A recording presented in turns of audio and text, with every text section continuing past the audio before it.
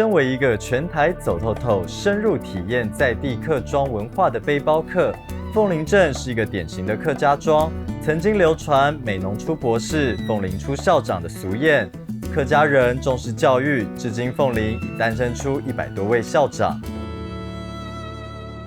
凤林镇的人口大概1万多人，但是他出了校长大概100多位，是不是因为这样，所以成立了这个校长的梦工厂？其实讲起来，这也是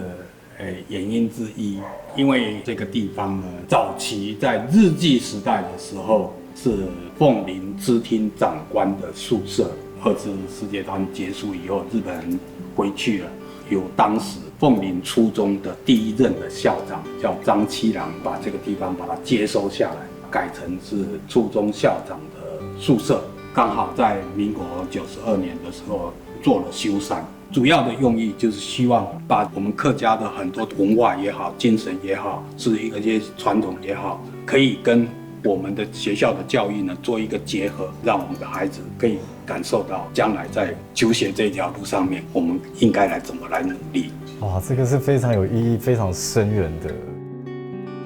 教育是100年大计，校长更是居功厥伟的实践者。黄校长带着我浏览梦工厂里的历史点滴，不仅让我重燃了读书之趣，也让我看到校长始终坚定福音的教育信念。早期呢，在客家的村庄里面，老一辈的人呢会爱惜这一些纸张啊，因为这些纸张呢都留下有一些文字，他们呢把这些纸张呢都把它收集起来，送到这个禁制亭来焚烧。烟囱这边呢，你就会看到烟呢冉冉的上升啊，希望他的子孙呢在求学啊，或者在功名上呢有蒸蒸日上这样的一个含义。第二个呢，也是借这个纸张呢焚烧了以后，这个烟呢带回到天庭，还给我们的造制者仓颉